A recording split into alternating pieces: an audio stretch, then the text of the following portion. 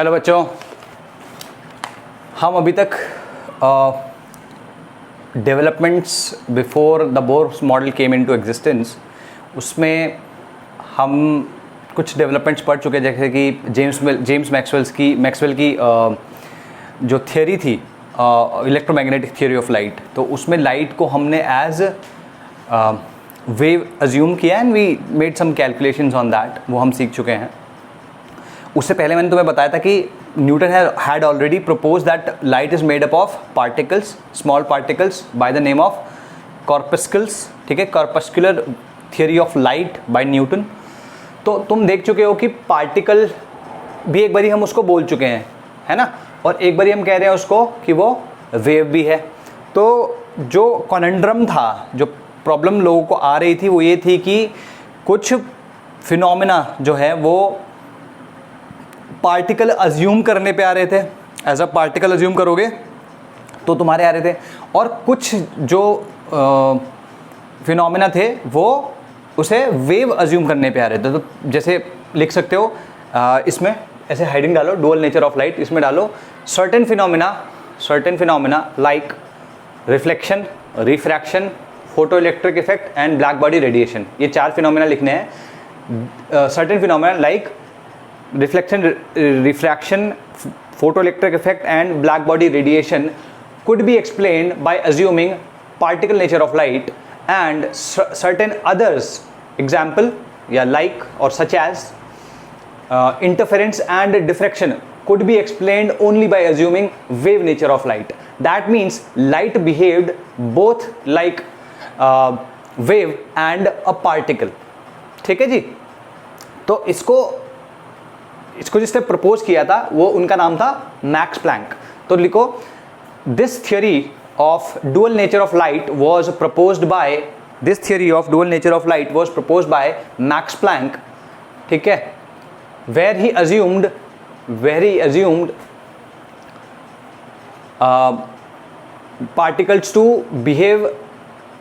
particles of light to behave both like particles and waves under certain circumstances, and he also connected, ये जो बात बोल रहे हैं इसको भी लिख लो, and he also connected the energy of light with the frequency or the wavelength of light. ठीक है, क्लियर होगी ये बात? ओके, नाउ इसको उसने जाना कैसे?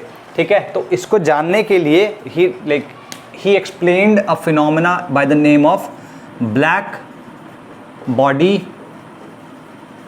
radiation. ठीक है, इसमें बहुत ज़्यादा नहीं जाएंगे क्योंकि तुम्हारे कोर्स में भी ज़्यादा कुछ है नहीं, तुम्हारे एनसीईआरटी में थोड़ा बहुत है, उतना मैं समझा ही दूंगा। ठीक है, तो ब्लैक बॉडी रेडिएशन का मतलब क्या हुआ? See, let's say that this is a body which I am calling black body. ठीक है, अगर ब्लैक बॉडी है तो एक्चुअली में कैसी होगी? ब्लैक होगी। ठीक है, क्यों मैं इसे ब्लैक बोल रहा हूं? कोई भी बॉडी जो होती है वो उस कलर की क्यों दिखती है? जैसे पत्ता होता है वो ग्रीन कलर का क्यों दिखता है? तो बेसिक फिनोमेना क्या है कि व्हाइट लाइट, देखो हम सिर्फ और सिर्फ व्हाइट लाइट या उसके जो कॉन्स्टिट्यूएंट कलर्स है वो देख सकते हैं, उसके अलावा हम पूरे के पूरे स्पेक्ट्रम में नहीं देख सकते। Our eyes are not capable of detecting those radiations. ठीक है, सिर्फ और सिर्फ visible portion of the whole electromagnetic जो स्पेक्ट्रम है that we can actually see. तो अगर हमें हरा दिख रहा है पत्ता, इसका मतलब क्या हुआ? दैट उस पत्ते ने बाकी सारे जितने भी रेडिएशंस थे वो एब्जॉर्ब कर लिए। ठीक है, और ग्रीन वाला जो रेडिएशन है वो उसने रिफ्लेक्ट कर दिया। ठीक है, तो आउट ऑफ द 7 कलर्स सिर्फ ग्रीन वाला ही रिफ्लेक्ट हो रहा है, तो हमें ज़्यादा दिख रहा है। या यूँ कह लो कि रिफ्लेक्ट सारे ही हो रहे होंगे लेकिन ग्रीन सबसे ज़्यादा मात्रा में रिफ्लेक्ट हो रहा है। ठीक, तो इसलिए हमें वो ग्रीन दिख रहा है। तो अगर कोई बॉडी सारे के सारे रेडिएशन को, जो व्हाइट लाइट का रेडिएशन है, वो सारे के सारी व्हाइट लाइट को एब्जॉर्ब कर रही है, तो वो कोई भी लाइट फेंक नहीं रही है, कोई भी लाइट रिफ्लेक्ट नहीं कर रही है, एमिट नहीं कर रही है। What will it look like? It will look black. ठीक है, तो इसमें लिखो, a black body is a body that is capable of absorbing all the radiation falling on it. ठीक है, all the radiation falling on it मतलब किसी भी फ्रीक्वेंसी का हो, किसी भी वेवलेंथ का हो। ठीक है, इसको तुम इस तरीके से, अच्छा ये चीज़ क्लियर हो गई। अच्छा, ब्लैक बॉडी रेडिएशन क्या हुआ, जब ब्लॉब किसी भी बॉडी को तुम गर्म करते हो, in this case black body, इसको तुम गर्म करोगे तो क्या करेगी, ये डिफरेंट वेवलेंथ्स को या डिफरेंट वेवलेंथ वाली लाइट्स को एमिट करेगी, ये डिफरेंट वेवलेंथ वाली लाइट को एमिट करेगी। ठीक है, जैसे जैसे हम इसका टेम्परेचर बढ़ाते हैं तो इसका कलर चेंज होता चला जाता है। हालांकि क्योंकि ये ब्लैक बॉडी है तो इसमें ऐसा नहीं होता, बट इन जनरल अगर मैं तुम्हें एग्जांपल दूं तो तुम इसको देखो, रिलेट करने की कोशिश करना जो मैंने पहले बोला। जैसे तुम लोहे को गर्म करते हो तो पहले तो वो सिलेटी से कलर का ग्रेइश होता है, उसको तुम गर्म करते हो तो धीमे धीमे धीमे धीमे उसमें रेडनेस आती है। ठीक है, रेडनेस आएगी, फिर रेडनेस से धीमे धीमे धीमे धीमे समवेयर वो ब्लूइश की तरफ जाता है और धीमे धीमे करके एकदम वाइट हो जाता है। ठीक है, व्हाई इज दैट हैपनिंग? तुम ये देखो कि जैसे जैसे उसका टेम्परेचर बढ़ रहा है, अगर चलो ठीक है रेड से वो ब्लू की तरफ जा रहा है ना, इतना तो क्लियर हुआ। अगर रेड से ब्लू की तरफ जा रहा है, ठीक है, it is going from red to blue, ठीक है, एंड देन टोटली वाइट हो रहा है, तो इसका मतलब क्या हुआ, रेड का मतलब क्या हुआ कि जो वेवलेंथ या जिस वेवलेंथ की लाइट को वो एमिट कर रहा है उसकी वेवलेंथ कम है, क्योंकि रेड की वेवलेंथ ब्लू से या वायलेट से कम होती है। मतलब इस डायरेक्शन से इस डायरेक्शन में जाएंगे तो फ्रीक्वेंसी बढ़ेगी, इस डायरेक्शन में जाएंगे तो लैम्डा बढ़ता है। तो जैसे जैसे हमने उसका टेम्परेचर बढ़ाया इस डायरेक्शन में तो वैसे वैसे उसकी लैम्डा जो था, सॉरी एक मिनट, लैम्डा ज़्यादा होगा, लैम्डा उल्टा बोल रहा हूँ मैं, फ्रीक्वेंसी कम होगी, लैम्डा ज़्यादा होगा। दोनों के बीच में इन्वर्स रिलेशनशिप होती है भाई, lambda into nu is equals to c which is a constant. तो nu is equals to c upon lambda या lambda is equals to c upon nu, जो भी लिखना हो तो हम ऐसे लिख सकते हैं इसको, हाँ है ना। तो lambda nu is directly sorry inversely proportional to lambda. तो अगर यहाँ पे लैम्डा ज़्यादा है तो न्यू यहाँ पे कम होगा। जैसे जैसे हम टेम्परेचर बढ़ा रहे हैं, ठीक है, हमने टेम्परेचर को बढ़ाया इस डायरेक्शन में, तो यहाँ पर लैम्डा जो है वो कम हो गया और न्यू बढ़ गया। तो तुम ये देख रहे हो जैसे जैसे तुम टेम्परेचर बढ़ा रहे हो उसका न्यू बढ़ता जा रहा है। ठीक है, किस लाइट का? वो लाइट जो कि ज़्यादा एमिट हो रही है।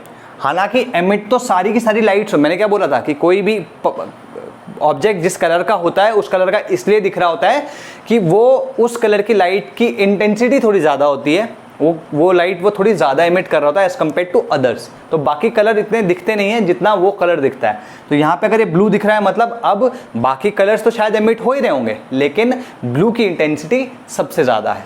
ठीक है, तो इसमें लिखना, ये जो चीज़ मैंने बोली है इसको शब्दों में लिख सकते हो। ठीक है, इस इनफैक्ट मैं लिखवा ही देता हूँ। देखो, when a metal is heated first it turns red and as the temperature is increased it slowly turns into it slowly gives bluish color and after a while it becomes white. This goes on to show that at lower temperature the intensity of radiations having lower wavelength is more, and as the temperature increases the intensity of radiations having lower wavelength or higher frequency increases. ठीक है जी। कैसे? इसको दिखाने का तरीका है ये। ठीक है, ये तुम्हारा लैम्डा और टेम्परेचर का इंटेंसिटी का एक ग्राफ है। ठीक है, जैसे जैसे हम टेम्परेचर बढ़ा लैम्डा, ठीक है, टेम्परेचर बढ़ाने पे कैसे होगा वो देखते हैं जरा। देखो, एक बारी क्या हुआ कि हमने टेम्परेचर T1 रखा तो इस तरीके का कुछ ग्राफ आया। ठीक है, this is at temperature T1। ठीक है जी, ये क्या हो गई,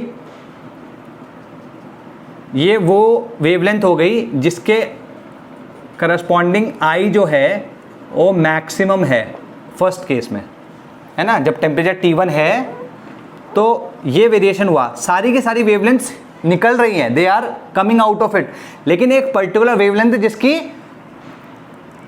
इंटेंसिटी सबसे ज़्यादा है, तो इस टाइम पे इस वेवलेंथ के करस्पॉन्डिंग जो कलर होगा वही कलर उस ऑब्जेक्ट का होगा। तो ठीक है, इसको जब मैं बना दूंगा तब तो मैं थोड़ा सा डिक्टेट करते हैं, ठीक है जी, ये हो गया क्लियर। अच्छा, अब मान लो मैंने टेम्परेचर बढ़ा दिया, तो what happens is basically something of this sort happens.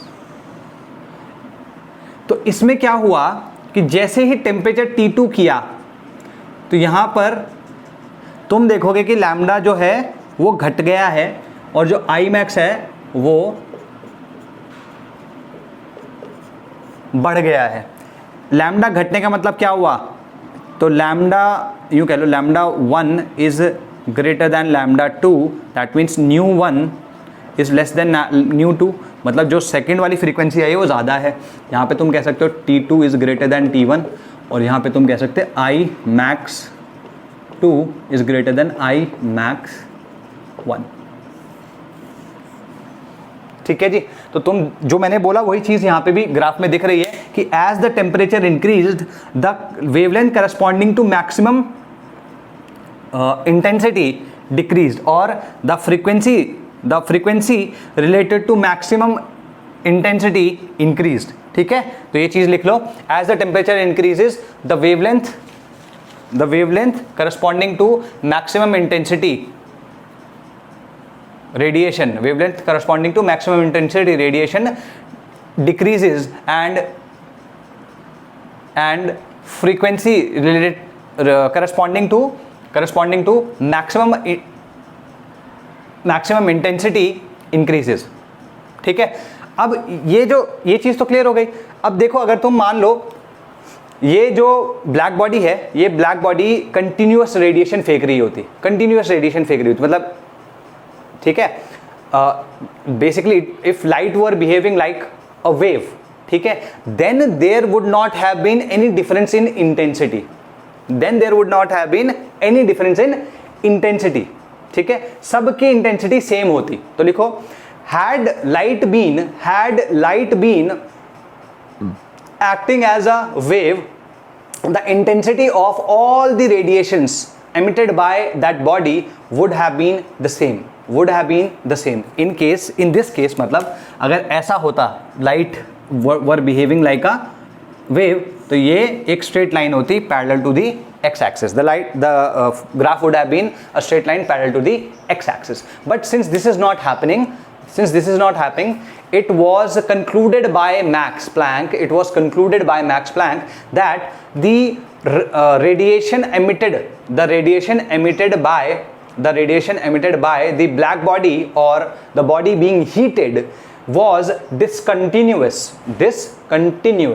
इसको यहीं पे रोक के तुम्हें एग्जांपल समझा देता हूँ। ये स्ट्रेट लाइन क्यों होता रही है, ऐसा क्यों आ रहा है। देखो, जैसे मान लो तुमने एक यू हैव अ पाइप, ठीक है, पाइप से पानी आ रहा है और तुमने 10 ग्लास रखे हैं ऐसे, तो अगर तुम एक पर्टिकुलर स्पीड से और पानी आ रहा है पाइप से, हाँ, तो उस एक पर्टिकुलर स्पीड से तुम उन ग्लासेस के ऊपर से लेते चले जाओ, तो at the end of it what will you see, you will see equal level of water और whatever that liquid is, ठीक है, इन दोज ग्लासेस, उन सारे ग्लासेस में इक्वल अमाउंट ऑफ वाटर आएगा, ठीक है, which is this, her wavelength की इक्वल इंटेंसिटी आएगी।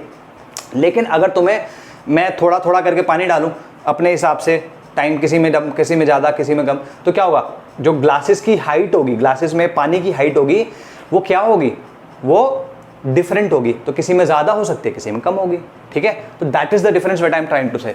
अभी आज के बाद में जब भी मैं एटलीस्ट इस चैप्टर में जब भी मैं कंटिन्यूअस बोलूंगा, तो continuous will correspond to wave nature and discrete और discontinuous will correspond to particle nature, ठीक है। तो इसमें लिख लिया तुमने ये, तो it was assumed by Max Planck that the radiation emitted from the black body or the body being heated was discontinuous, ठीक है। So he proposed the quantum theory of light or Planck's quantum theory, ठीक है। ये Planck's quantum theory of light लिख लो उसको, ठीक है। इसके postulate सुन लो जल्दी से, मैं बोल रहा हूँ। The main points of the quantum theory are: any black body emits radiation in discontinuous manner, ठीक है, any black body emits radiation in discontinuous manner, or we can say substances radiate or absorb energy discontinuously discontinuously in the form of small packets, in the form of, भाई अगर small packets, sorry discontinuous होना होगा तो उसको छोटे छोटे packets में जाना पड़ेगा ना, इट कंटिन्यूअस तो नहीं जा सकती। जैसे तुमने कभी पाइप में ये पानी के साथ खेलते हुए देखा होगा कि अगर तुमने पानी को ऐसे करके रखा हुआ तो एक धार निकलती रहती है, बट तुमने फव्वारे भी देखे होंगे जिसमें थोड़ा थोड़ा पानी फेंकता रहता है, थोड़ा थोड़ा पानी, अगर तुम अपने पाइप को भी ऐसे ऐसे दबाते रहो तो थोड़ा थोड़ा पानी वो फेंकता रहेगा ऐसे ऐसे करके। तो those are like the packets of energy या पैकेट ऑफ रेडिएशन, ठीक है, in the form of small packets और bundles of energy, small packets और बंडल्स ऑफ एनर्जी। थर्ड लिखो, the smallest packet of energy is called quantum. The smallest, एक जो छोटा सा पैकेट है दैट इज कॉल्ड क्वांटम, ठीक है। और क्वांटम को अगर तुम मल्टीप्लाई या प्लूरल कर दो तो the plural of quantum is quanta, ठीक है, ये लिख लो। और इसकी में इसी पॉइंट में लिखो, in case of light these quantums are called या this quantum is known as photon। तो क्वांटम तो मतलब बॉडी किसी भी रेडिएशन को बोल सकते हैं, लेकिन जो विजिबल लाइट के फ्रेम में अगर हम बोलें, ठीक है, तो वहां पर जो लाइट होगी उसको हम बोलेंगे, या लाइट के रिस्पेक्ट में अगर हम एनर्जी की बात करेंगे तो हम उन पैकेट्स को क्वांटम ना बोल के फोटोन बोलते हैं, ठीक है, फोटोन बोलते हैं, ठीक, लिख लिया ये। नाउ यहां पर जब ये सब चीजें आ चुकी हैं तो अब आगे की बात करते हैं जो कि हमको काम आएंगी। तो ये तो तुम्हारी थियरी हो गई जो मैंने बताई, ठीक।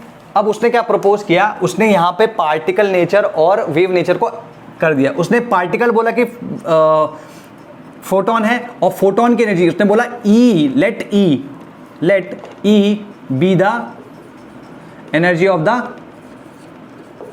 फोटोन। फोटोन की एनर्जी मान लो उसने बोला E है, and nu be its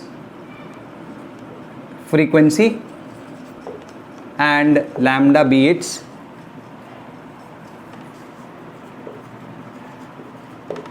wavelength, ठीक है। तो यहां पे देखो उसने पार्टिकल बोला और yet it is talking about frequency and wavelength, मतलब फ्रीक्वेंसी और वेवलेंथ हुआ, इसका मतलब वो वेव भी अज्यूम कर रहा है। तो it is assuming the photon to be particle as well as a wave simultaneously, ठीक। तो यहां पे लिख सकते हो it is like he was assuming the photon to be a particle and a wave simultaneously. तो उसने कहा कि that E is directly proportional to nu और it is inversely proportional to lambda, ठीक है। अगर न्यू के डायरेक्टली प्रोपोर्शनल है तो लैम्डा के तो इनवर्सली प्रोपोर्शनल होगा ही, ठीक है। इसको तुम लिखोगे E equals to h nu, sorry ये न्यू ना मेरे से हमेशा अपंग सा लगता है, बनता नहीं ढंग से।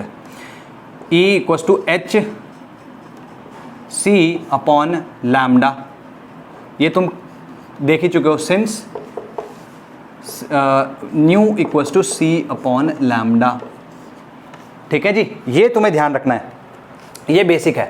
तो लिखो energy of the photon is directly proportional to the wavelength of radiation, ठीक। E is directly proportional to h nu, और यहाँ पे जो H है, ठीक है, हियर H जो है यहाँ पर H is equals to 6.36 into 10⁻⁻34 joule second. ये आज तक भी सबसे 34 है, सबसे छोटा नंबर है जो कि जिसका कुछ मतलब है, ठीक है। क्वांटम स्केल बोलते हैं इसको, सॉरी क्वांटम नहीं, प्लैंक स्केल बोलते हैं इसको, ठीक है। H is equals to this, got it. तो जूल सेकेंड होगा, ये ध्यान रखना, जूल इनटू सेकेंड है, जूल पर सेकेंड है, जूल पर सेकेंड पावर की यूनिट होती है, गॉट इट। अच्छा मान लो एक से ज़्यादा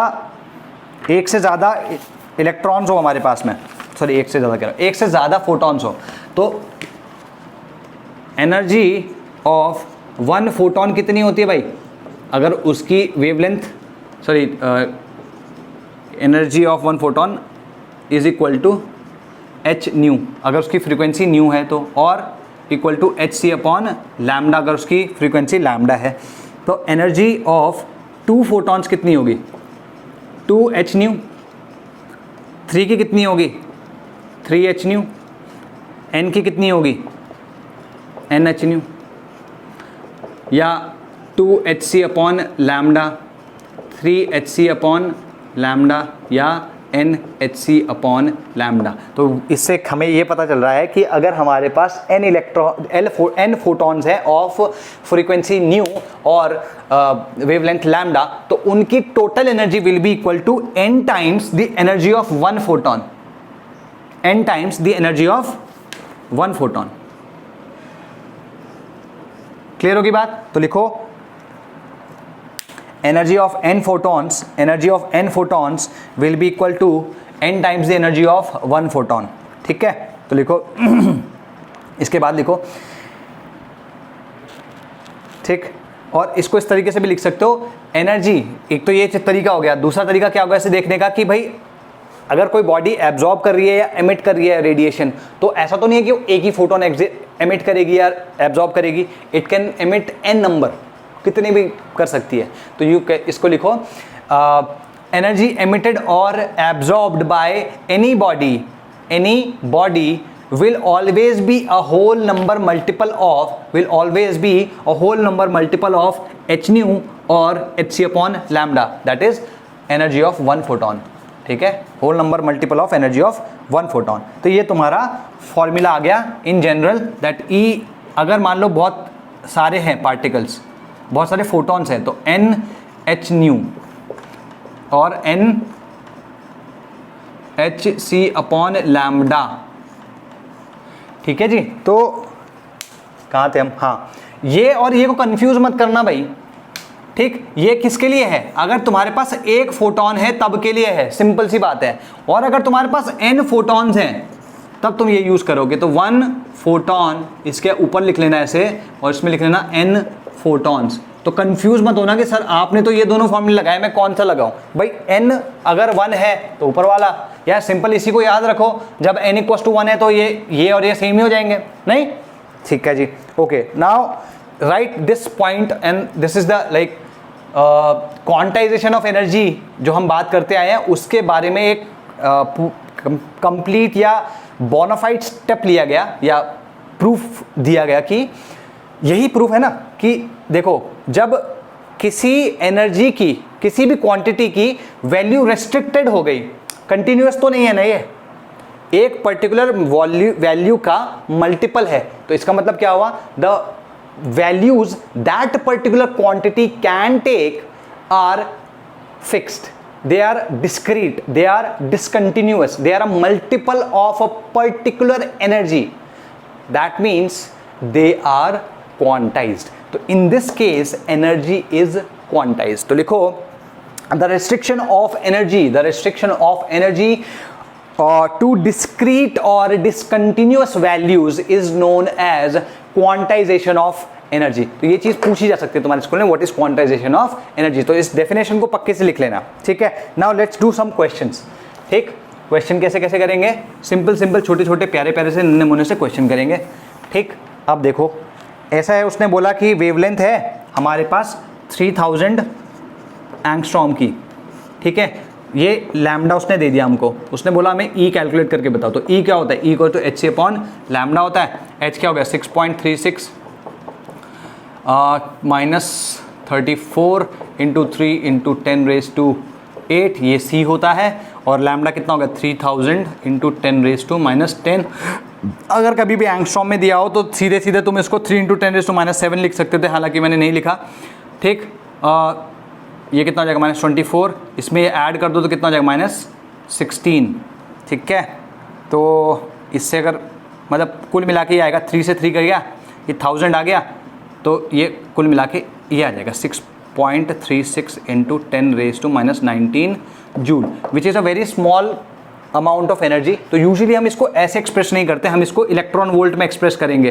तो इलेक्ट्रॉन वोल्ट में एक्सप्रेस करने का मतलब क्या हुआ? इसको 1.6 इंटू 10⁻⁻19 से डिवाइड कर देना है, ठीक है। 1.6 इंटू 10⁻⁻19 से डिवाइड कर दोगे, -19 -1 कट गया, 16 चौको 64, तो ये it will come out to 4.14 electron volt. Now this is better way of representing this energy, because ये बोलने में भी आसान है, लिखने में भी आसान है, ठीक है जी। Got it? Okay, now let's do another question. Calculate the energy. अच्छा, यहाँ पे हमें इस बारी न्यू दिया हुआ है, न्यू कितना दिया है भाई, न्यू दिया है 2 × 10⁻15 हर्ट्ज, यही है, ठीक है। इसमें ई पूछ रहा है, ई क्या है, तो ई का फॉर्मूला क्या है, ई = एच न्यू, तो ई = h × न्यू 6.36 × 10⁻34 इंटू न्यू कितना है 2 × 10⁻15, ठीक है। 34 और 15 में गया तो कितना आएगा -19, ठीक है। 6.36 × 10⁻19 आएगा ना ये, 14, ठीक है, -19 × 2, तो 12 दूनी, ये 6 दूनी 12 का 2, हासिल लगा 1, 3 दूनी 6 और 1 7, 6 दूनी 12, 13.72, ठीक है। 6.36 ही तो है, सॉरी 6.36 लिख दिया क्या मैंने, 6.63 होता है, माई बैड, ओके। हाँ जी, so there is a correction, मैं 6.36 ले रहा था ना, तो h की value is not this, h की वैल्यू इज 6.63 × 10⁻34 जूल सेकेंड, ये करेक्ट कर लेना भाई। तो यहाँ पे 63 की जगह, सॉरी 36 की जगह 63 आएगा, तो it will come out to be equal to 13.26, 6 दूनी 12 का 2 हासिल लगा, हाँ ठीक है, 13.26 विच विल कम आउट। अगर इसको मैं 1.6 × 10⁻19 से डिवाइड कर दूंगा तो मेरे पास इलेक्ट्रॉन वोल्ट में आ जाएगा आंसर 1.6, ये कितना आएगा 16 चक्को 64, 16 अठे 128, ठीक है। तो 8.28 के आसपास आ जाएगा ये इलेक्ट्रॉन वोल्ट में, ठीक है, ये इलेक्ट्रॉन वोल्ट में इतना आ जाएगा। मैं इसको फिर से मिटा रहा हूँ अभी, अब आगे की बात करते हैं। लेट्स से मेरे को इसी को किलो जूल पर मोल में कन्वर्ट करना है, ठीक है। तो किलो जूल पर मोल में कैसे कन्वर्ट करूँगा, we know that 1 electron volt is equal to 96 kilo joule per mole, है ना, अराउंड। ये तुम्हारा एक कन्वर्जन था, मैंने पहले कराया था। अगर तुम इसी 1 मोल इस फ्रीक्वेंसी वाले रेडिएशन को, क्वेश्चन लिख लो, क्वेश्चन इस तरीके से करते हैं, अगर इसी फ्रीक्वेंसी वाले 1 मोल फोटॉन्स हमने ले लिए, 1 मोल फोटॉन्स हमने इस फ्रीक्वेंसी वाले ले लिए, तो उनकी एनर्जी क्या होगी, तो उनकी एनर्जी होगी सिंपल, इसको अगर मैं 96 से मल्टीप्लाई कर दूं किलो जूल पर मोल, सिंपल इतनी होगी, ठीक है। एक स्टेप में आंसर आ गया। तो हमेशा इससे ज़्यादा सही रहेगा if you convert it into electron volt. तो हमें पता है इलेक्ट्रॉन वोल्ट को किलो जूल पर मोल में कैसे लिखना है और जूल्स में कैसे लिखना है। तो इसके लिए एक शॉर्टकट मैं बता रहा हूँ, ये निंजा टेक्निक है। तो लिखो Ninja technique for short calculations, Ninja technique for short calculations. ये शॉर्ट कैलकुलेशन क्या है भाई, ये शॉर्ट कैलकुलेशन है ये कि भाई अगर मान लो तुम्हें लैम्डा दिया है इन एंगस्ट्रॉम, ठीक है, तो तुम क्या कर सकते हो, E will be equals to HC upon lambda आएगा। तो H क्या हो गया 6.63 into 10⁻34 into 3 into 10⁻8 upon lambda, ठीक है। अगर मैं लैम्डा को एंगस्ट्रॉम में लिख दूं, ठीक है, तो यहाँ पे क्या जाएगा 6.63, ये कितना हो जाएगा 6 ये तो 9 हो गया, 6 18 का 8 हो गया, हासिल लगा 1, 6 18 1 19, तो ये होगा 19.9 इंटू ये 10⁻26 आ जाएगा यहाँ पे 10⁻26 अपॉन, अगर मैं लैम्डा को एंगस्ट्रॉम में डाल दूँ तो इंटू 10⁻10 कर सकता हूँ, -10 कर सकता हूँ भाई, सिंपल। अगर 3000 है तो यहाँ पे बस 3000 लिखो, इंटू 10⁻10 कर दो, यहाँ पे क्या आ जाएगा, इसको -10 को यहाँ लेके तो कितना आ जाएगा 19.89 into 10⁻16 upon lambda in angstrom. तो मान लो तुम्हें वैल्यू अगर नैनोमीटर में दी हो या और भी किसी तरीके से दी हो, उसको बस एंगस्ट्रॉम में कन्वर्ट करना है और इस फॉर्मूले को तुम यूज कर सकते हो, and this is equal two joule. तो इतने जूल इक्वल्स टू इतने जूल, ठीक है, एक ये फॉर्मूला हो गया। लेकिन अगर मान लो इसको इलेक्ट्रॉन वोल्ट में करना हो तो that would be a far better way of doing this. कैसे कि इसको लिख लो 19.89 इंटू 10⁻16 अपॉन लैम्डा, अच्छा ये जूल है ना, वो 1.6 equals to joule, 1 joule equals to, ठीक है, is 1 joule is equals to, ठीक है, इंटू 1.6, नहीं डिवाइड करना पड़ेगा ना इसको, हाँ सॉरी, इंटू 1.6 इंटू 10⁻⁻19। कभी कभी कन्फ्यूजन हो जाता है भाई। ठीक है, अगर मैं इसे देखूं तो 19 है और ये 1.6 है, तो तुम अगर देखोगे इसको डिवाइड करना, तो यहाँ पे मैं इसको यहाँ लेके आ रहा हूँ और इससे इसको कर दे रहा हूँ, तो कितना आएगा 1.989 into 10⁻⁴ upon lambda in angstrom into 1.6। तो 1.989 अपॉन 1.6 ये आ जाएगा तुम्हारा 1.24 into 10⁻⁴ upon lambda in angstrom. इसको तुम लिख सकते हो 12400 अपॉन लैम्डा इन एंगस्ट्रॉम। तो मैंने एक बहुत ही सिंपल सा छोटा सा फॉर्मूला निकाल दिया तुम्हारे लिए। अगर तुम्हें कभी भी किसी वेवलेंथ, किसी रेडिएशन की एनर्जी कैलकुलेट करनी है इन इलेक्ट्रॉन वोल्ट, तो ये फॉर्मूला यूज करो। क्या? E is equal to 12400 upon lambda in angstrom. This is your formula. तो this is your ninja technique. कभी भी ऐसा होगा, हमेशा इलेक्ट्रॉन वोल्ट में कन्वर्ट कर दो। ठीक है, इलेक्ट्रॉन वोल्ट में कन्वर्ट कर दो।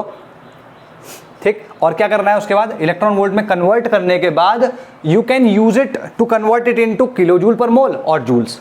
ठीक है, तो इसमें कुछ क्वेश्चन करते हैं भाई। Calculate energy of 1 mole of photon of 4133। ठीक है, अब इसमें ये कह रहा है, ये फॉर्मूला लिख लेना भाई सारा।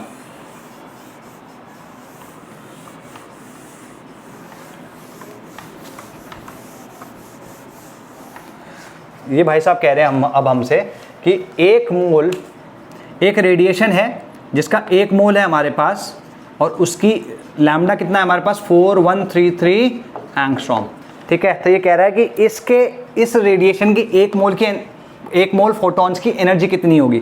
तो एक तरीका तो क्या है, E = hc अपॉन लैम्डा लगाओ इंटू 6.022 इंटू 10⁻23 कर दो। मैं शॉर्ट तरीके से करके दिखाता हूँ। E = अभी हमने देखा, ठीक है, तो हम देख चुके हैं कि भाई किस तरीके से जो प्लैंक्स क्वांटम थ्योरी है उसमें electricity, energy and hν are connected. ठीक है, हमने उसको कैलकुलेट करने के कुछ शॉर्ट तरीके टेक्निक्स निकाली हैं। ठीक है, now let's take some examples. यहाँ पे पहला एग्जांपल हमारे पास क्या है भाई? हमारे पास एग्जांपल है, क्वेश्चन इज एनर्जी ऑफ 1। ये कह रहा है लैम्डा इक्वल्स टू 4133 एंगस्ट्रॉम। ऐसा वाला हमारे पास एक फोटोन है और इन फोटॉन्स के हमारे पास 1 मोल नंबर है, मतलब 1 मोल फोटॉन्स है। तो टोटल एनर्जी पूछ रहा है। तो अभी हमने देखा था कि भाई एक फोटोन के लिए E = hν और n फोटॉन्स के लिए E = n × hν। अगर हम देखें तो यहाँ पे n क्या है? Na। h तो तुम्हारा नॉर्मल हो गया, और न्यू की जगह तुम क्या लिख सकते हो? c/λ। लैम्डा यहाँ दिया हुआ है, c हमें पता है, h हमें पता है, n हमें पता है। तो ये तीनों कांस्टेंट है, लैम्डा यहाँ पे डालोगे तो आंसर आ जाएगा। ठीक है, सिंपल सा है। लेकिन इससे भी एक शॉर्ट तरीका है। हम अगर ऐसा करें कि एनर्जी जो है, टोटल एनर्जी, उसको इक्वेट कर दें और यहाँ पे कुछ शॉर्टकट तरीका यूज़ करें जो अभी हमने इजाद किया, उसको क्या कर सकते हैं? देखो भाई, टोटल एनर्जी कितनी है? Total energy will be equal to n into energy of 1। ठीक है, एनर्जी ऑफ 1, एक सेकंड रुको, हाँ ठीक है, इस तरीके से देखो इसको, इस तरीके से नहीं करते, ऐसा करते हैं, एक की एनर्जी निकालने की कोशिश करते हैं। एक फोटोन की एनर्जी कितनी आएगी? hc अपॉन लैम्डा, या जो अभी हमने देखा 12400 अपॉन लैम्डा इन एंगस्ट्रॉम। तो एंगस्ट्रॉम में क्या डालेंगे? 1433। इससे जो एनर्जी आती है वो इलेक्ट्रॉन वोल्ट में आती है। तो इलेक्ट्रॉन वोल्ट में कितनी आएगी? ये 4 3 12, तो ये ऑलमोस्ट 3 टाइम्स जा रहा है, तो 3 इलेक्ट्रॉन वोल्ट। तो एक की एनर्जी जो आई वो 3 इलेक्ट्रॉन वोल्ट आ गई। तो इससे कंफ्यूज मत होना कि यहाँ पे भी E लिखा है, यहाँ पे भी E लिखा है, इसको 1 लिख लो, चाहे एक फोटोन के लिए लिखा है हमने। एक फोटोन की 3 इलेक्ट्रॉन वोल्ट है। याद होगा तुम्हें कि 1 electron volt equals to 96 kilo joule per mole मैंने लिखवाया था। देयरफॉर 3 इलेक्ट्रॉन वोल्ट कितना आएगा भाई? 3 इलेक्ट्रॉन वोल्ट कितना आएगा? 288 आएगा किलो जूल पर मोल। ठीक है, तो क्लियर हुई ये बात? तो इसका मतलब क्या हुआ? 1 मोल ऐसे इस वेवलेंथ वाले एक मोल की एनर्जी कितनी हुई 288 किलो जूल। तो ये, या इसको इस तरीके से ना लिखते हुए हम ये करते हैं that E total energy will be equal to 3 × 96 kilo joule per mole, that will come out to be 288 kilo joule per mole. ठीक है, तो सिंपल इनफ, कुछ है नहीं इसमें। तो हमने यहाँ से एक शॉर्ट तरीके से कर दिया। अगर हम पहले वाला फॉर्मूला, ये जो यहाँ लिखा है मैंने, ये फॉर्मूला अगर मैं लगा रहा होता बहुत लंबी कैलकुलेशन जाती, तो फालतू में कैलकुलेशन करनी क्यों। अब ये कह रहा है कि मान लो कि हमारे पास टोटल एनर्जी जो है वो है that total energy is equals to 2 × 10⁵ और लैम्डा हमारे पास 310 दिया है। ये तो मैंने निकाला है ये इन्फॉर्मेशन। एक्चुअली में क्वेश्चन क्या है, question is how many electrons of this wavelength will make या will comprise of this much energy. ठीक है, कितने फोटॉन्स इस वेवलेंथ के इतनी एनर्जी वाले होंगे, मतलब टोटल एनर्जी उनकी जितनी, जिनकी total energy equal to this होगी। ठीक है, तो अगेन द सेम थिंग, इसमें क्या करना है, लैम्डा को हम सीधे सीधे एंगस्ट्रॉम में, क्योंकि हम जो फॉर्मूला लगाते हैं एंगस्ट्रॉम में ही लगता है, तो इसको हम लगाएंगे उसी फॉर्मूले से ई, ठीक है, ऑफ 1, एक फोटोन के हम लगा रहे हैं, क्या होता है 12400 अपॉन 3100। अगर तुम देखो तो ये कितना आ रहा है, ये 4 टाइम्स आ रहा है, तो यहाँ पे 4 इलेक्ट्रॉन वोल्ट आ गया। लेकिन ये इलेक्ट्रॉन वोल्ट में है, अभी हमें किस में दी है, जूल में दी है, हमें ये एनर्जी जूल में दी है, तो हमें इसी को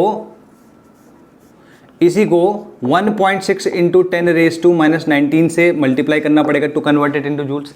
तो ये भी हमें जूल में दिया है, अब ये भी हमारा जूल में आ चुका है, तो हम कह सकते हैं 2 × 10⁵ n × 4 × 1.6 × 10⁻⁻19 जूल्स। ये भी जूल में है, जूल से जूल कट गया, इधर कितना आ जाएगा 19, इधर आ जाएगा 20, तो 2 से 2 गया, 2 आ गया। n is equal to 10⁻24 upon 2 × 1.6। ठीक है जी, इसको कैलकुलेट करोगे तो 3.125 × 10⁻23 फोटॉन्स आएगा। क्या n क्या है, नंबर ऑफ फोटॉन्स। ठीक है, आर वी क्लियर, समझ में आया। इसमें तुमने टोटल एनर्जी दी है, टोटल एनर्जी क्या आता है, E = hc अपॉन लैम्डा, तो hc अपॉन लैम्डा को तो हमने इसमें शॉर्ट तरीके से निकाल रखा है। ठीक है, इसको अगर जूल में कन्वर्ट करना है तो इससे कर दिया, तो n × this much is equal to E। ठीक है, क्लियर होगी बात। अच्छा, लेट्स टेक अनदर क्वेश्चन। मान लो कि λ1 हमारे पास दिया है जिसकी वेवलेंथ है 2000 एंगस्ट्रॉम और λ2 हमें दिया है 4000 एंगस्ट्रॉम। ठीक है, तो बोला है अगर इसकी एनर्जी E1 है और इसकी एनर्जी E2 है तो E1 अपॉन E2 निकालो, क्या आएगा। तो E1 अपॉन E2, भाई या तो ऐसा है कि तुम इसकी एनर्जी पहले निकालो फिर इसकी एनर्जी निकालो, दोनों को डिवाइड करो, या फिर तुम एक फंडा यूज कर सकते हो that E is inversely proportional to lambda, therefore E1 upon E2 equals to λ2 upon λ1। ठीक है जी, ये क्लियर है। बस अगर मैं यहाँ पे λ2 अपॉन λ1 डालूँ तो 4000 एंगस्ट्रॉम अपॉन 2000 एंगस्ट्रॉम, एंगस्ट्रॉम से एंगस्ट्रॉम गया, ये 2 टाइम्स आ जाएगा, तो E1 upon E2 is equals to 2। ठीक है, क्लियर इनफ। ओके, नाउ ऐसे एक और क्वेश्चन उसने बोला है, another question that it has talked about is, अच्छा कैलकुलेट। ठीक है, तुमने, चलो ये क्वेश्चन से पहले थोड़ा सा एक ब्रीफ देते हैं, कॉन्टेक्स्ट देते हैं तुमको। देखो भाई, तुम्हारे घर में अब आजकल तो LEDs आ गई हैं, ठीक है, लेकिन किसी किसी के यहाँ अभी भी हो सकता है बल्ब्स हो। ठीक है, तो पहले आई थिंक तुमने 7th 8th 9th 10th कभी तो करे होंगे ये क्वेश्चंस कि तुम्हारे बल्ब जो होता है incandescent bulb, it releases photons. ठीक है, उसमें उस बल्ब की पावर दी होती है। ठीक है, बल्ब की पावर दी होती है। पावर क्या होती है पहले ये समझते हैं। पावर होता है अमाउंट ऑफ एनर्जी एमिटेड या अमाउंट ऑफ एनर्जी पर सेकेंड। ठीक है। जैसे अगर मैं कहता हूं 100 what, that is the power of something, ठीक है, कोई भी इंस्ट्रूमेंट हो सकता है, कुछ भी हो सकता है। 100 वॉट मीन्स 100 जूल पर सेकेंड, सिंपल सी बात है, क्लियर होगी बात। अब क्या है कि जब बल्ब जल रहा है तो उसको कुछ ना कुछ पावर मिल रही होगी, कुछ ना कुछ एनर्जी पर सेकेंड मिल रही होगी। तो अगर 100 वॉट कह रहे हैं तो उसका मतलब उस बल्ब को एनर्जी 100 जूल पर सेकेंड मिल रही है। नाउ कंसिडरिंग कि वो पूरी की पूरी एनर्जी जो उसे मिल रही है वो सारी की सारी एनर्जी लाइट एनर्जी में कन्वर्ट कर रहा है, तो इसका मतलब 100 जूल पर सेकेंड जो उसको एनर्जी मिल रही है वही 100 जूल पर सेकेंड को वो लाइट एनर्जी में कन्वर्ट कर दे रहा है। क्लियर होगी बात? Cool. Now okay, now 100 joule पर सेकेंड अगर ये कर रहा है और लेट्स सपोज कि वो लाइट जो है वो एक ही मोनोक्रोमैटिक लाइट है, एक ही वेवलेंथ की लाइट है, ठीक। तो इसका मतलब क्या हुआ, उसके जो फोटॉन्स हैं, फोटॉन्स को अगर मैं नंबर ऑफ फोटॉन से फोटॉन्स की एनर्जी को अगर मैं नंबर ऑफ फोटॉन्स से मल्टीप्लाई कर दूं तो जो 100 जूल मिल रहे हैं उसको उस एनर्जी के इक्वल आ जाएगा। जैसे अगर 100 जूल 100 वॉट का एक बल्ब है, इसका मतलब क्या हुआ कि 100 जूल्स पर सेकेंड हो गए।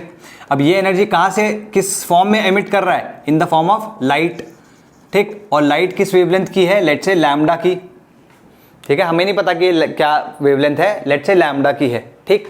तो एक फोटोन की जो एनर्जी होगी वो तो hc/λ हो जाएगी, लेकिन n फोटॉन्स की एनर्जी कितनी होगी, n hc/λ। This should be equal to 100 joules.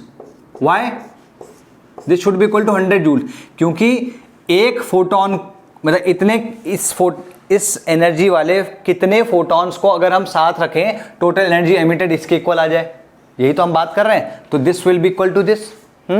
अच्छा, 100 जूल का मतलब क्या हुआ, यहां पे 100 जूल पर सेकंड था, मैंने 100 जूल यूज किया। यहां पे अजम्पशन क्या है, मैं basically what I am trying to insinuate और टेल यू इज दैट कि ये 100 जूल्स पर सेकंड आ रहे हैं, तो जो n है number of photons being emitted are also per second, ठीक है जी। तो क्लियर है, सिंपल सी बात है। हमारे पास अगर लैम्डा आ जाए तो हमारा n आ जाएगा, क्योंकि h और c तो कांस्टेंट है। तो हमारे पास इस क्वेश्चन में कहा है, द क्वेश्चन इज बेसिकली कि lambda is equals to 2000 angstrom. ये 2000 एंगस्ट्रॉम है, ठीक।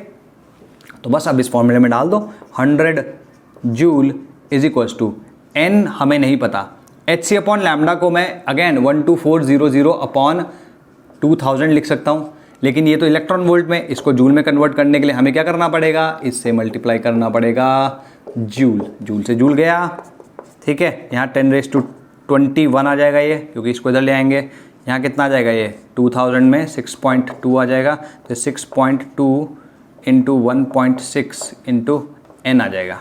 हाँ, तो n will be equal to 10⁻21 upon 6.2 into 1.6।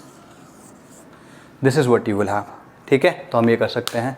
Now इसको भी मिटा देता है। नेक्स्ट, ये समझ में आया ना, कुछ नहीं किया हमने, 1 सेकंड में कितने इलेक्ट्रॉन्स निकल रहे हैं हमने वो निकाल लिया। अगर हमें पता है कि 1 सेकंड में कितनी एनर्जी कंज्यूम हो रही है, तो उसके बेसिस पे हम कितने फोटॉन्स 2000 एंगस्ट्रॉम वाले निकल रहे हैं वो हमने बता दिया।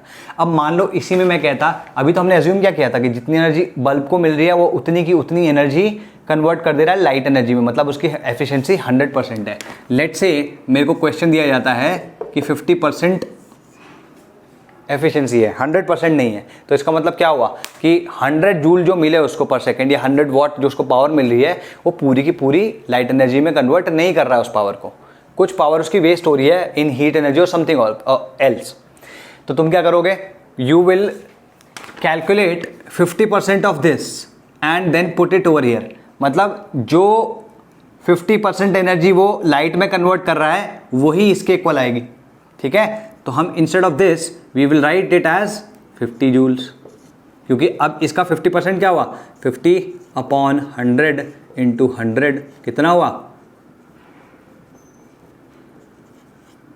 50 जूल पर सेकेंड। ये पावर है जो कि एक्चुअली में लाइट में कन्वर्ट हो रही है। यहाँ 50 आ गया तो यहाँ पे भी 50 आ जाएगा। ये अलग अलग क्वेश्चन लिख लेना भाई, ऐसा मत कर देना शॉर्टकट में ही तरह, ठीक है। मुझे तो समझ में आता है ये पूरा, बाद में जब तुम देखोगे तो तुम्हें समझ में नहीं आएगा कि ये क्या किया है काट काट के, ठीक है, तीनों अलग अलग लिख लेना। यहाँ पे अगर तुम देखोगे तो एक्चुअली में this will come out to be 5 × 10⁻20 है ना। जस्ट जो पहले वाले केस में नंबर ऑफ फोटॉन्स आए थे उसका हाफ आ रहा है यहाँ पे, ठीक। तो ये क्लियर हो गया जी, इसको हटाते हैं। अब लेट्स टॉक अबाउट, अच्छा यही सेम क्वेश्चन में अगर वो कहता, जैसे मान लो n इक्वल्स टू कितना आया था यहाँ पे 10⁵ × 10⁻20/6.2 × 1.6 मान लो, और ये n क्या है, दिस इज पर सेकेंड। अगर मैं तुमसे पूछूं कि भाई 2 सेकंड में कितना निकलेगा तो 2 × दिस, ठीक है। अगर मैं पूछूं 1 मिनट में कितना निकलेगा तो तुम कहोगे सर 1 मिनट में 60 सेकंड्स होते हैं, इसका मतलब 60 × दिस, कूल। अच्छा मैं पूछूं 10 मिनट में, मतलब 10 × 60 600 सेकंड्स होता है, 600 × दिस। 1 घंटे में मतलब 3600 × दिस, ठीक। तो कभी भी वो क्या कर सकता है, वो टाइम में कोई पर्टिकुलर टाइम फ्रेम भी दे सकता है कि भाई इस पीरियड में, इतने पीरियड में कितने फोटॉन्स निकले। तो जब तुम 1 सेकंड में निकाल सकते हो तो तुम 1 घंटे में भी निकाल सकते हो। 1 सेकंड में जितने फोटॉन्स होंगे उसको 3600 से मल्टीप्लाई करोगे तो आ जाएगा 1 घंटे में कितने निकले, ठीक है। Now let's talk about something else. एक बहुत सही चीज़ है, इंपॉर्टेंट चीज़ है, दैट इज कि अगर मान लो यही एनर्जी इंस्टेड ऑफ, अब इसको किसी काम में लाता है, जो ये जो फोटॉन्स की एनर्जी से किसी काम में लाते हैं। लेट्स से कि एक सिस्टम है हमारे पास, इसमें एक न्यूक्लियस है और एक इलेक्ट्रॉन है यहाँ पे, ठीक है, और ये रिवॉल्व कर रहा है इसके अबाउट सर्कुलर ऑर्बिट में, ठीक है। क्योंकि ये नेगेटिव चार्ज है, पॉजिटिव चार्ज है, तो ये पॉजिटिव चार्ज इसकी तरफ अट्रैक्ट हो रहा होगा, ये नेगेटिव चार्ज इसकी तरफ अट्रैक्ट हो रहा होगा। तो यहां पे क्या है, अट्रैक्टिव फोर्स। ये अट्रैक्टिव फोर्स, या इस सिस्टम की अगर हम बात करें पॉजिटिव और नेगेटिव की, तो इस सिस्टम में कुछ पोटेंशियल एनर्जी होनी चाहिए। दैट मीन्स इस सिस्टम में कुछ ना कुछ पोटेंशियल एनर्जी है। अगर थोड़ा बहुत नहीं भी पता हो तो मैं बताता हूँ। जैसे 2 मैग्नेट होते हैं, मैग्नेट एक दूसरे को अट्रैक्ट कर रहे होते हैं। जब कभी भी तुम 2 स्ट्रॉन्ग मैग्नेट्स को चिपके हुए देखते हो, तुम उनको हटाने की, दूर करने की कोशिश करते हो। जब तुम दूर करने की कोशिश करते हो तो क्या होता है, when you do that, when you try to separate them, you have to put force in the opposite direction of attraction. जो अट्रैक्शन इधर हो रहा है तुम फोर्स इधर लगा रहे हो, है ना। इस तरीके से समझो कि ये एक मैग्नेट है, गोल मैग्नेट है, हाँ ये नॉर्थ है इसका, ये साउथ है। अगर मान लो यहीं पे एक गोल मैग्नेट है तो यहाँ पे ये साउथ हो गया, नॉर्थ होगा। अभी ये इसको अट्रैक्ट कर रहा है, ये इसको अट्रैक्ट कर रहा है, ये इसको अट्रैक्ट कर रहा है, ये इसको। अगर तुम्हें सेपरेट करना है तो तुम एक फोर्स इधर लगाओगे और एक फोर्स इधर लगाओगे, तो दोनों पे फोर्स लगाओगे कि नहीं लगाओगे। तो इन एनी केस ये फोर्स किस तरफ लग रहा है, या इस तरफ, और जो मैग्नेट है वो किस तरफ लग रहा है, किस तरफ लगा रहा है फोर्स, इधर की तरफ। तो इस फोर्स के अगेंस्ट आपको कुछ वर्क करना पड़ रहा है, इस फोर्स के अगेंस्ट आपको कुछ वर्क करना पड़ रहा है। दैट मीन्स आपको एनर्जी देनी पड़ रही है, इसको सेपरेट करने के लिए आपको एनर्जी देनी पड़ रही है। तो इसका मतलब क्या हुआ, जब ये दोनों एक दूसरे को अट्रैक्ट कर रहे हैं तो इनको सेपरेट करने के लिए भी हमें एनर्जी देनी पड़ेगी, ठीक है। तो लेट्स से वो एनर्जी हमने, we provided that energy in the form of a photon. इसका न्यू फ्रीक्वेंसी न्यू है, वेवलेंथ लैम्डा, एनर्जी EP मान लेते हैं इसको, ठीक है। अच्छा, ये जो energy required to break this, या energy required to get this electron out of the influence of this nucleus, इनको हटाने, एक दूसरे के से दूर करने के लिए क्या करना पड़ेगा, अपने को कुछ एनर्जी देनी पड़ेगी ना। तो ये जो एनर्जी इनको दूर करने के लिए दी जा रही है, this energy is called ionization energy, ठीक है। तो यहां पे हम देखेंगे कि यहां पे इसको इस तरीके से लिखते हैं, आयोनाइजेशन एनर्जी, ठीक है, आयोनाइजेशन एनर्जी। तो आयोनाइजेशन एनर्जी किसके इक्वल होगी, जो यहां हमने एनर्जी दी है, इसको एनर्जी किसको, किस एनर्जी, पोटेंशियल एनर्जी को, या यूं समझ लो, इसको मत लिखो, बस यूं समझ लो मैंने आयनाइजेशन एंथैल्पी कुछ या एनर्जी कुछ बोली है, तो आयनाइजेशन एनर्जी के बारे में लिखो, द एनर्जी रिक्वायर्ड टू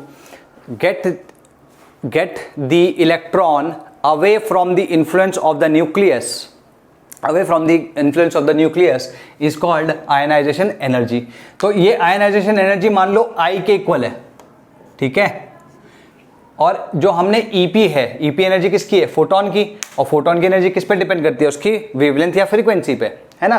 तो वेवलेंथ फ्रीक्वेंसी पे कैसे डिपेंड करेगी? या तो एनर्जी ज़्यादा हो सकती है, कम हो सकती है, इक्वल हो सकती है इसके। तो लेट्स से कि पहला केस आता है कि EP जो है वो एक्चुअली में लेस देन I है। तो जितनी एनर्जी उसको इस इलेक्ट्रॉन को उसकी न्यूक्लियस की इन्फ्लुएंस से बाहर लाने के लिए चाहिए, उससे कम एनर्जी हमने दी, तो क्या ये इलेक्ट्रॉन बाहर निकल पाएगा? ठीक है, no, electron will not come out, will not come out.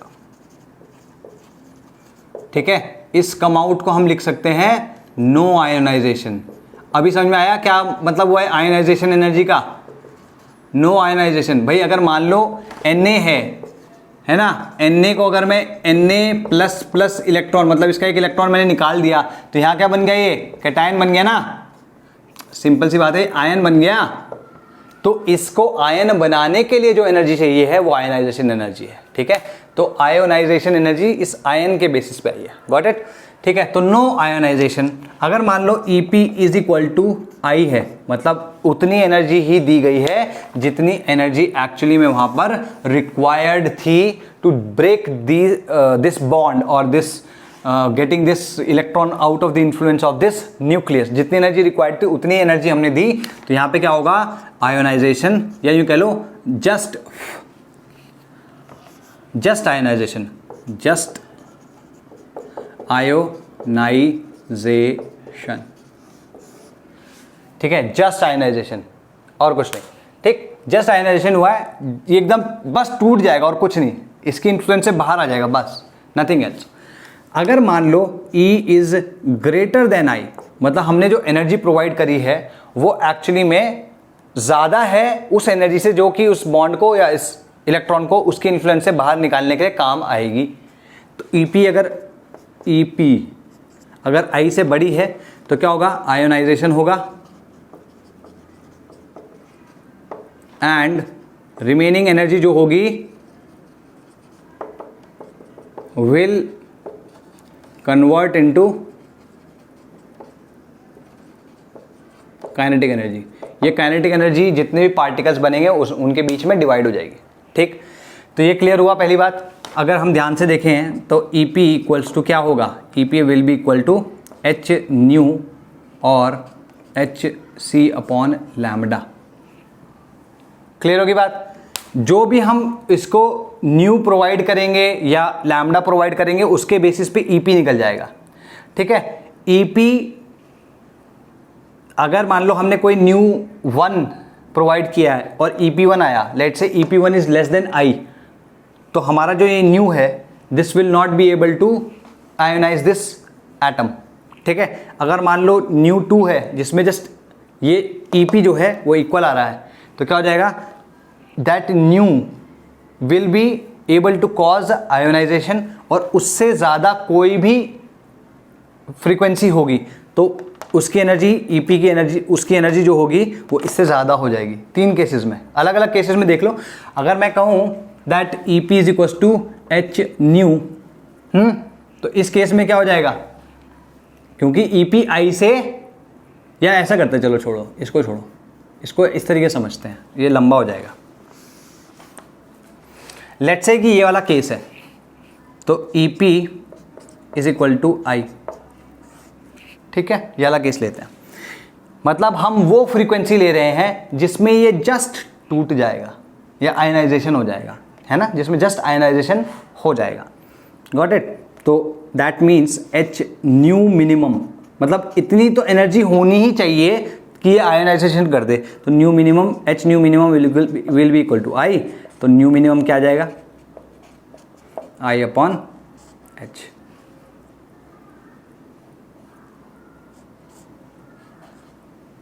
Are we clear? I upon H। अच्छा, let's talk about I upon H। ठीक है, लेट्स टॉक अबाउट वेवलेंथ। अगर मान लो यही चीज़ मैं वेवलेंथ के लिए लगाऊं तो क्या होगा? HC upon lambda will be equal to I। तो यहाँ पे अगर तुम देखोगे lambda is equal to HC upon I। लेकिन ये लैम्डा क्या है यहाँ पे, देखो ये एक बात आज के बाद कभी नहीं भूलना, एनर्जी न्यू के प्रोपोर्शनल होती है डायरेक्टली। तो जैसे एनर्जी बढ़ेगी तो न्यू भी बढ़ेगा, या न्यू बढ़ेगा तो एनर्जी बढ़ेगी, न्यू घटेगा तो एनर्जी भी घटेगी। क्लियर होगी बात। लेकिन अगर एनर्जी बढ़ रही है तो लैम्डा वेवलेंथ हमेशा कम होगा, मतलब लोअर वेवलेंथ जितनी होंगी उनकी एनर्जी उतनी ही ज़्यादा होगी, और हायर वेवलेंथ जितनी होंगी उनकी एनर्जी उतनी ही कम होगी। तो जब मैं बात कर रहा हूँ कि यहाँ पर energy exactly equal to I है, EP is equal to just I है, तो हम यहाँ पे लैम्डा मिनिमम नहीं, हम यहाँ पे लैम्डा मैक्सिमम बोलेंगे। क्यों? क्योंकि अगर मान लो लैम्डा मैक्सिमम से ज़्यादा हो जाती है तुम्हारी वेवलेंथ, अगर लैम्डा मैक्सिमम से ज़्यादा हो जाती है तुम्हारी वेवलेंथ तो उसकी एनर्जी EP से कम हो जाएगी, उसकी एनर्जी EP से कम हो जाएगी, और एनर्जी अगर EP से कम हुई तो नो आयनाइजेशन वाला केस आ जाएगा। ठीक है, तो this is the maximum wavelength of the wave for which ionization will take place. Clear होगी बात। ये ऐसे आएगा, ये ऐसे आएगा। ठीक, तो लिखो न्यू मिनिमम क्या है, न्यू मिनिमम और लैम्डा मैक्सिमम दोनों के लिए लिखो new minimum, it is the minimum energy, it is the minimum frequency, it is the minimum frequency that the photon should have, it is the minimum frequency that the photon should have for just ionization to take place, for just ionization to take place. Lambda max लिखो, it is the maximum wavelength, it is the maximum wavelength that the photon can have, it is the maximum wavelength that the photon can have to witness just ionization. अगर उससे ज़्यादा हुआ तो ionization नहीं होगा। Got this? Okay, ठीक है जी, clear होगी बात। तो यहाँ पर हमें ये ज़रूर ध्यान देना है कि हम क्या एनर्जी की बात कर रहे हैं। ठीक है, कोई क्वेश्चन नहीं है अपने पास में। Let's move forward. मान लो यही चीज़ हम किसी और कार्य में यूज़ करें, this same energy is being used somewhere else. तो यहाँ पे हेडिंग डालो पहले, bond energy and kinetic energy of atoms.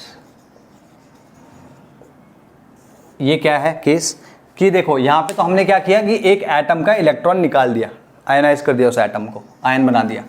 अब अगर मान लो मैं instead of this like I take a molecule A2, अगर हम देखें तो A2 के बीच में एक बॉन्ड है, A के बीच में कोई बॉन्ड है। ठीक है, यहाँ पर अगर तुम्हारे पास लेट्स से एक फोटोन है, ठीक है, A और A दोनों के दोनों बंधे हुए हैं, दोनों बंधे हुए हैं, तो उनको तोड़ने के लिए हमेशा कुछ ना कुछ एनर्जी की ज़रूरत पड़ेगी। जैसे मान लो तुम किन्हीं दो चीज़ों को एक धागे से बांध दो, तो धागा जब तक तुम मतलब उस पर पूरा फोर्स लगाओगे for to break that bond, to break that thread, तो थ्रेड तोड़ने के लिए हमें एनर्जी चाहिए कहीं से। अगर मान लो वो एनर्जी मैं एक फोटोन के द्वारा प्रोवाइड कराऊँ, वो एनर्जी मैं एक फोटोन के द्वारा प्रोवाइड कराऊँ, तो ये टूट के ऐसे कन्वर्ट हो सकता है, A प्लस A, ये दो एटम्स में टूट सकता है, हाँ है ना, it is a possibility. Good, ठीक है जी। अब बात करते हैं, ये फोटोन ने इसको तोड़ा, लेट्स से इसकी फ्रीक्वेंसी न्यू थी, लैम्डा इसका वेवलेंथ इसकी लैम्डा थी, और इसकी एनर्जी भी EP थी। EP तुम देख सकते हो that EP is equal to h nu और h अपॉन लैम्डा। ठीक, ये था तुम्हारा केस। अच्छा, लेट्स से कि इसकी जो बॉन्ड की जो एनर्जी थी that was equals to x kilo joule per mole, x kilo joule per मोल थी। ठीक है जी, तो यहाँ पे भी तीन केस होंगे भाई। अगर मान लो जो EP है, एनर्जी ऑफ द फोटोन, वो x से कम है, अगर x से कम है, x से अगर कम हुआ तो क्या आएगा, x से कम हुआ तो bond will not break, bond will not break, bond break नहीं होगा भाई। सिंपल सी बात है, जितना मतलब यूँ समझो कि जो धागा तोड़ने की तुम कोशिश कर रहे हो, उस धागे को तोड़ने के लिए जो एनर्जी चाहिए वो तुम उसे नहीं दे पा रहे, तो कभी टूटेगा नहीं टूटेगा। तो सिंपल है, इस बॉन्ड को तोड़ने के लिए जो एनर्जी चाहिए वो हम दे नहीं पा रहे, तो bond will not break. Again अगर मान लो एग्जैक्टली ये केस आ गया जिसमें EP is equals to x है ना, एग्जैक्ट उतनी एनर्जी दी है, तो बॉन्ड ब्रेक हो जाएगा, बॉन्ड ब्रेक हो जाएगा। लेकिन तीसरा केस जो है जिसमें x से ज़्यादा है EP, ठीक, तो इसमें क्या होगा, बॉन्ड ब्रेक तो होगा ही, इस वाले केस में अगर देखो जस्ट बॉन्ड ब्रेक हुआ है, अब क्या एटम्स जो हैं अब मिले हैं उनमें कोई एनर्जी होगी? नहीं, क्योंकि और कहीं से एनर्जी कोई मिली नहीं। तो हम कह सकते हैं दैट बॉन्ड विल, इस वाले केस में कि इसमें एनर्जी जितनी चाहिए थी उससे ज़्यादा मिली है, तो जो तोड़ने के काम आई वो तो तोड़ने के काम आ गई, बाकी जो बची थी वो एज काइनेटिक एनर्जी होगी। मतलब अगर मान लो 60 जूल तुम्हें चाहिए इस बॉन्ड को ब्रेक करने के लिए और मैंने तुम्हें बोला कि मैं तुम्हें तथास्तु 100 जूल एनर्जी देता हूं, तो तुम क्या करोगे? 60 जूल एनर्जी तो उसको तोड़ने में लगा ही दोगे। जो 40 बची है that energy will get distributed और will get converted into the kinetic energy of the particles. ठीक है, तो bond breaks and remaining energy, ठीक है, रिमेनिंग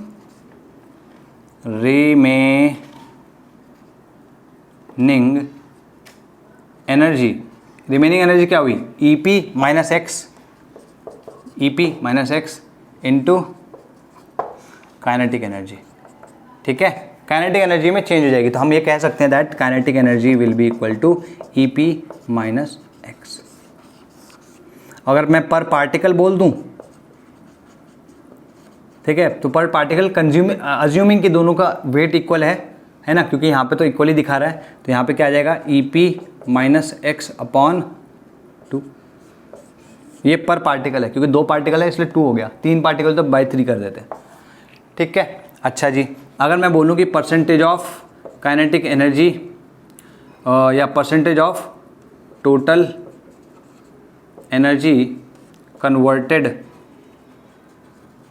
टू के काइनेटिक एनर्जी, ये इसका मतलब क्या हुआ? हमने जो EP से एनर्जी दी है इसको, है ना, वो जो एनर्जी दी है उसमें से कितना परसेंट काइनेटिक एनर्जी में चेंज हुआ? जो बाकी बचा होगा वो तो क्या उसको तोड़ने में लग गया होगा कि नहीं? ठीक है, तो कन्वर्टेड टू काइनेटिक एनर्जी। तो ये कैसे आएगा भाई? अगर परसेंटेज निकालनी होती तो हम क्या होता है, ऊपर क्या डालते हैं कि भाई काइनेटिक एनर्जी कितनी है, और नीचे क्या डालेंगे? टोटल एनर्जी हमने प्रोवाइड कितनी करी थी इंटू 100। ये कितना आएगा? EP minus x upon EP into 100। Simple enough. और अगर मान लो मैं कहता हूँ कि कितनी एनर्जी बॉन्ड को तोड़ने में काम आई, है ना, कितनी परसेंट एनर्जी, तो तुम क्या करोगे? x अपॉन EP इंटू 100 कर दोगे। ठीक है, या फिर जो इसका आंसर आएगा उसको 100 से माइनस कर दोगे। Got it? ठीक है जी, okay, now let's do some questions. EP by 2 blah blah blah. हाँ, ये है कुछ क्वेश्चंस हैं हमारे पास बढ़िया प्यारे से।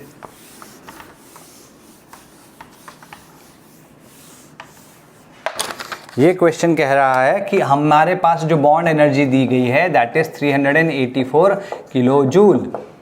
ठीक है, अब ये बोल रहा है इसे तोड़ने के लिए, इसे जस्ट तोड़ने के लिए क्या वेवलेंथ ऑफ वेव होगा, मतलब वो फोटोन की वेव क्या होगी, वो फोटोन की वेवलेंथ क्या होगी जिस फोटोन से ये बॉन्ड जस्ट टूटेगा।